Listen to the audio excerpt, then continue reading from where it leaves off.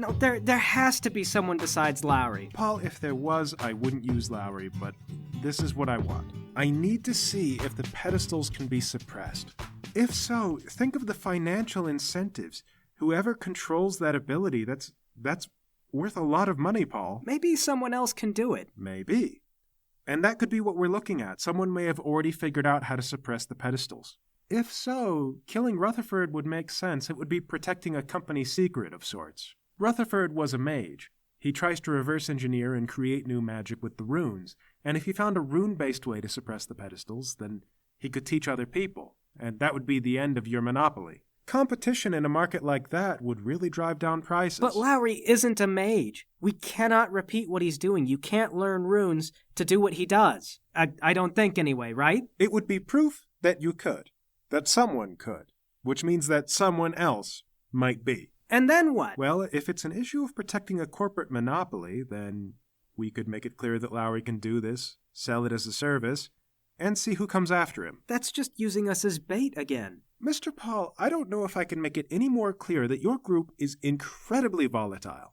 I would love to hire you to do something safe and expert, but I know that there's no way you could do it without some kind of big catastrophe. Well, maybe if we did it without Lowry. At the risk of provoking your personal foibles, I would say that honestly any of the three of you has certain drawbacks to sensitive. What's that supposed to mean? What's wrong with my foibles? You're very, could we say, independent, which is almost a bit notorious in Catmen, but you have it especially bad. I can work in teams. I just don't like to work with Lowry. Well, it's not as though I've known you for a long time. We can chalk it up as a mischaracterization on my part.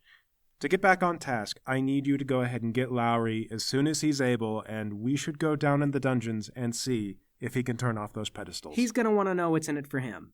And for that matter, I'm curious what's in it for me. Well, for you, it's not as though the work researching your parents is over. I can still delve into that as deeply as possible, and I might make some more headway, but the going forward's going to be tough, because the records just aren't there. I'm going to have to call in more actual agent work, people beneath me. So that's pretty valuable as far as it goes. As for Lowry, maybe we can tell him that we just want to do an empirical study. Try to prove that magic is real and he's wrong. And out of spite for us, I'm sure he'll go along with it. You might think that you have people psychologically figured out, but you don't have all the stuff in front of you all the time. Well, you're correct. I just make a lot of educated guesses, frankly. Okay, so you're going to have, actual field agents looking into my parents. I think that's going to be the only way we make progress. So if you're fine with cooperating, that's a yes. Okay, fine. But I'm not committed to anything else, okay? We're just going to test if the pedestals can be deactivated. Fine. We'll see it up to that point for now. But I think you'll find that next step is going to be necessary. Someone is going to come for you as soon as they figure out that Lowry can turn off those pedestals. I guarantee it. I think I'm onto something here. The motives line up. I'll talk to him. We'll see. Okay, Paul starts heading back to the temple. Elvis, while you're laying in bed, your dad comes to visit. He comes in, he's got a balloon, and he goes, "Hello, son." Oh, Dad, you brought me a balloon. I did. In fact, it's custom made. You see on the front it says, "Get well soon." But on the back it says, "If you don't, fight the devil." Oh, wow. Most people only think about get well soon. They don't plan for if it doesn't work out. You'll be the first adventureman to kill the devil, son. I believe in you. Thanks, Dad. Where's Mom? Oh, well, your mother wanted to come, but I tried to tell her that it was a man thing. I wanted to have a man conversation with you. And that persuaded her? But Mom loves your man stuff. It's why she married you. That is true. She does love my man stuff. I think what I meant, and what she understood, is that I wanted to do a father-son talk. Oh, yeah. Mom's so clever. Yes, it's great how she knows what I mean, even though I don't say what I mean. How is Mom? She's fine. How are things with you and your partner, Lowry? Well, it's going okay. I mean the usual. He and I fight all the time. Ah, good. Sparring keeps you both sharp. Yeah, but he's more into, mental sparring. Ah, more like a wizard. That's kind of your mother's domain. That's how she prefers things. I ask, because if not for her, I'd be dead. Thanks to her spells and her expertise, and her armor, I've lived many more battles than I should have. Oh, yeah. Mom's armor saved my life, by the way. You gotta tell her that. I'll let her know. She'll be pleased to hear. We're talking about your mother a lot. I really should have invited her to this father-son conversation. Oh, speaking of her, my armor got mangled in that fight in the dungeon. Do you think that maybe she could repair it? Of course. I'll grab it and I'll take it home and I'll get it fixed up in tip-top shape, no time at all. You mean Mom will fix it? Yes, but I'll provide emotional support. Mom always loves that. We make a great team, your mother and I. Oh, but speaking about your near-death experience in the dungeon, I heard that you and your friends took down 3 Minotaurs together, by yourselves. We did, entirely alone as a group. Well, son, when I threw you out of the house, I said you couldn't come back until someone wrote a song about you. Now, unfortunately, although someone would have written a song about that, the guild is trying to keep it mostly under wraps, so no one has heard about it, least of all any bards. Ah, dang. Yes, I know, you would have been off the hook, and I would have been so pleased. But per the rules of our agreement, I just can't let you back in the house. I didn't even think about the song. Man. Well, I've been working really hard, Dad. You have, and I agree it's deeply unfair that the guild will not let you speak of your exploits to get that song written. They just won't seem to respect a covenant between a son and his family. I have been arguing and arguing with the higher-ups. Oh, I bet you gave them hell, Dad. I did, but they would not budge. So I had an idea. What if we modify the agreement so that you can get back in the house if you get a song written about you, or if you challenge me to single combat and manage to draw blood from me? You mean I could come back home if I'm able to stab you? That's right, son. Previously, I didn't put it out there because I thought it would be suicide for you. But I see now I've underestimated you. I'll think about it. This is a big challenge. It is. And that's the father-son thing I wanted to discuss. I guess your mother could have been here for that. She would have been supportive. She really would have been, and she might have helped me stay on track. I mean, a terrible mistake. What was I thinking? Oh, anyway, though, I'll take your armor and I'll get out of your hair. I'll come back with this as soon as it's repaired. Thanks, Dad. I'll think about how to stab you best, okay? I know you will, son. But don't make a misstep in combat with me, or I'll put you right back in that hospital bed. I know you will, Dad. Ha ha! Yes, that's my boy. Well, see you soon, son. Okay, after my dad leaves, I guess, I get up out of bed and then find my way down to Lowry's room. Oh, finally, someone besides Bubblegum. Everyone has been avoiding me except for at mealtime. Yeah, Bubblegum said you threw your bedpan at him? Only once. And then he threatened to take it away, and I said, fine, do it. And he realized I wasn't bluffing. Since then, it's been a stalemate. I haven't thrown it, and he hasn't taken it away. And for the record, I don't really need it, but because they won't really let me get out of bed, I don't really want to, not use it yet. But the time is coming. Larry, I have a really important question about interpersonal relationships that only you in your wisdom could help me understand. Whatever you're thinking, the answer is no. Gosh, you're so good about having answers. Of course. I'm very good at pattern recognition. You're going to ask me something stupid, and the answer is no. Well, it's settled then. I'm going to challenge my dad to single combat with bladed weapons and draw his blood. Why? What are you talking about? Also, how does me saying no get you to that point? Well, I was going to ask, is it fair for me to deny myself the opportunity to fight my dad in single combat and test my mettle and growth as a warrior? I guess the answer that I meant to give was shut up and stop trying to use your brain because you're wrong. Oh, okay, I get it. You want me to use my heart. And I feel very strongly about battling my dad, so yes, I should fight him. No, don't decide with your heart, because your heart is just an extension of your brain. Well, the heart's a brainstem thing, right? And then, your thoughts are part of a different part of your brain. How would you... I read it in a comic. Comics are fiction. Comics don't know how your brain works. Well, Purdy's is actually surprisingly accurate on some things. You know, you can learn real spells from a Purdy's book if you wanted to. Magic is also a fiction, Elvis. Oh, yeah, I forget. Oh, but that explains why comics are so good at teaching you. Because if it's all kind of a fiction, then comics are fiction, and all the logic works out. Why do you want to fight your dad in single combat? Well, he said I could come home if I defeat him. So what? We've been over this. A home is whatever rock you sleep on, wherever you find the crickets that keep you nourished. Oh, no, I get that. But it's not really that I want to, go home. It's that I want to prove that I live up to my family's expectations. Your family expects you to behave in a fashion that is both reckless and dumb. And I can tell you for a fact you're already both of those things. You have nothing to prove. So, Am I actually getting through to you? Yeah. I get... It's kind of futile, isn't it? Yes, exactly. Finally. Finally, yeah. Even if I could defeat my dad now, this is just a step on my journey, and tomorrow I'll be better, and the day after that even stronger. And so at any time, past the point when I can beat my dad, it'll just be, Okay, listen. The point is that you give up on all of this and not worry about defeating your dad, because it doesn't matter. Right, because if I just keep getting stronger, then that milestone eventually will just be in the past. Well, no. I mean, yes. Eventually you'll get old and you'll lose all this physical expertise. Like it's a thing, if you practice for 10,000 hours, they say you could become a master at something, but then what if you practice for longer? Eventually, 10,000 hours begins to feel like nothing. That's just a journeyman phase. Mastery also comes in levels. In fact, who knows what level that my dad is at? Is he up to multiple levels of mastery? Maybe I'm nowhere near him yet. Larry, I think I understand the problem. Yes, it's that you kept talking after I told you to stop thinking. It's that all this time I have been using my dad as a standard to measure my power and ability. But that's ridiculous. I don't know entirely my dad's capabilities, but I do know my own. I should be using myself as a standard and should be trying to surpass that standard. Okay, that sounds like something I'd agree with, but it also sounds like you're going to apply it to something I disagree with. Oh, but okay, I see. Because you can't just, only learn from yourself. You do have to learn from others, right? Yes, I think there's a proverb that's like, if you know yourself, you'll win half your battles. If you know yourself and your enemy, you'll win all of your battles.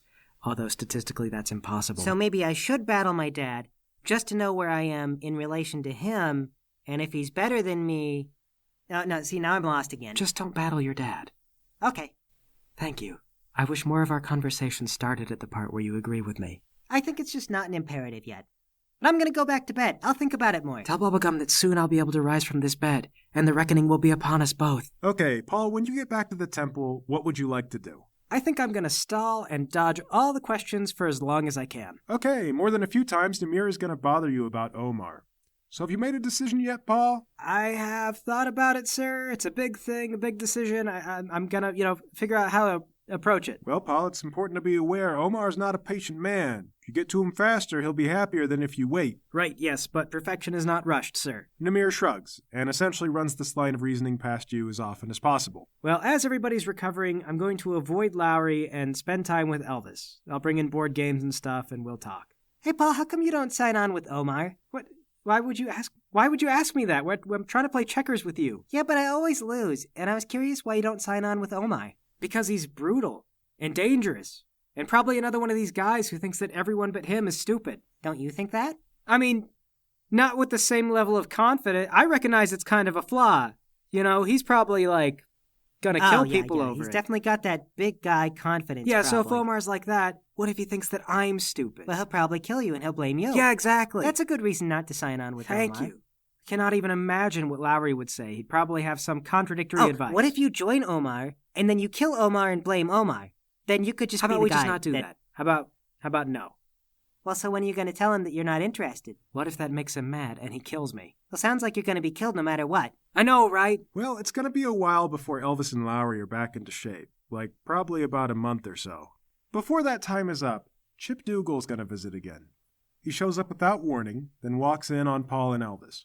He goes, "Hey, Guildies, how's the broken stuff going?" Oh, hi, Chip. Oh, yeah. It's healing nicely. Hi, Yeah, Chip. good. Get better soon, Guildies.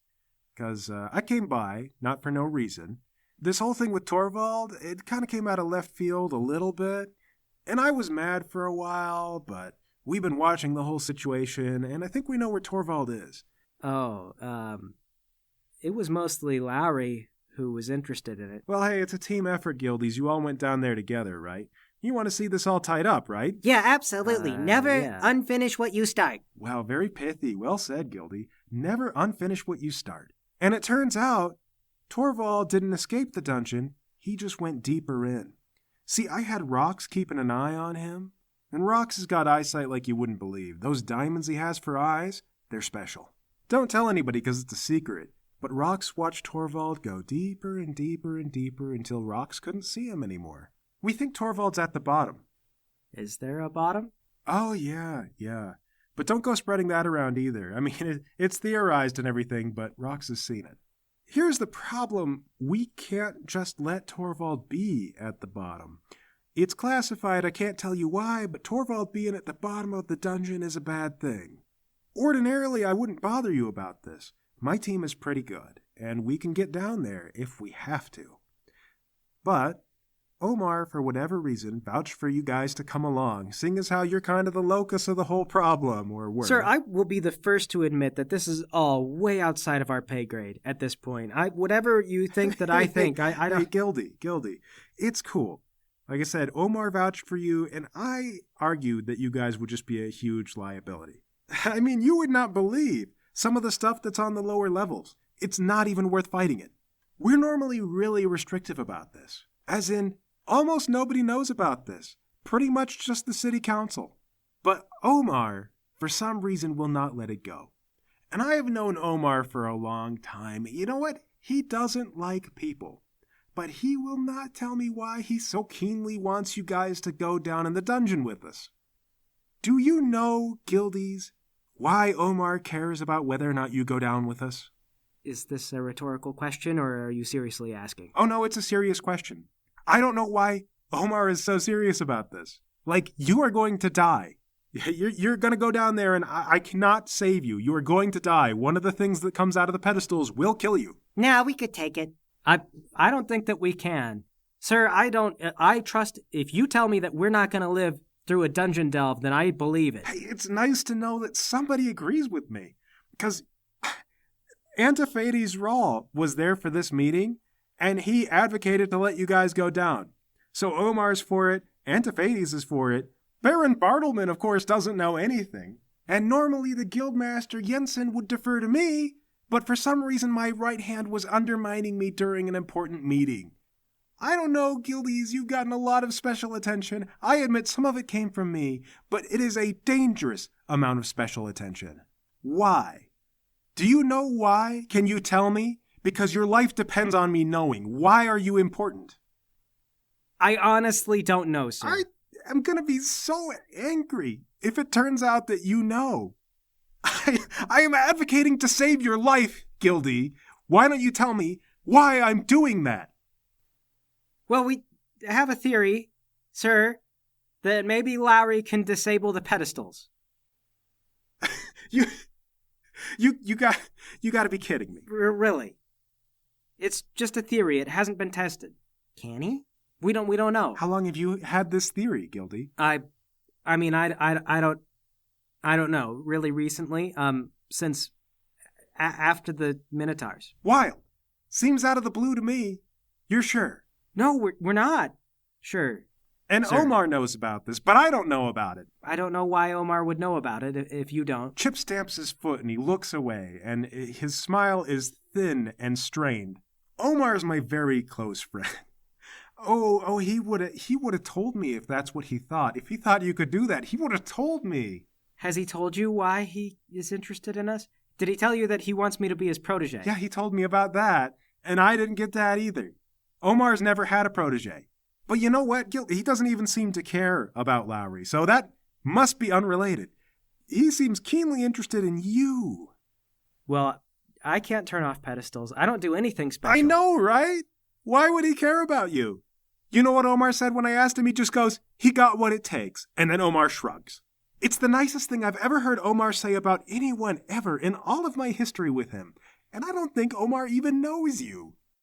That's terrifying news, sir. It feels like I can't trust anybody these days, Gildy. You know, I am just trying to run an organization as well as I can. And people just want to play games and mess around and not keep things straight. Are you sure you don't know why Omar is interested in you? Because if you know, my life would be so much easier. And you and me, man, I will do something cool for you, Gildy. I swear it. Just help me trust somebody, okay? Help me figure out who my friends are. Why does Omar like you? I don't know, sir. Okay. Then here's what we're going to do. All right. You never be alone with Omar. Make sure I'm always there. Or I don't know what's going to happen to you because I don't know why anybody cares about you. As for your friend Lowry, don't tell anybody else about the fact that he can turn off the pedestals. You don't know for sure he can do it, right? No, not yet. Okay, then I am insisting that we go and test it out. Because that's another thing. It's just another thing on my plate. So we'll get it off my plate. There's nothing else we can do. That's how these things work. Just got to keep moving one step at a time.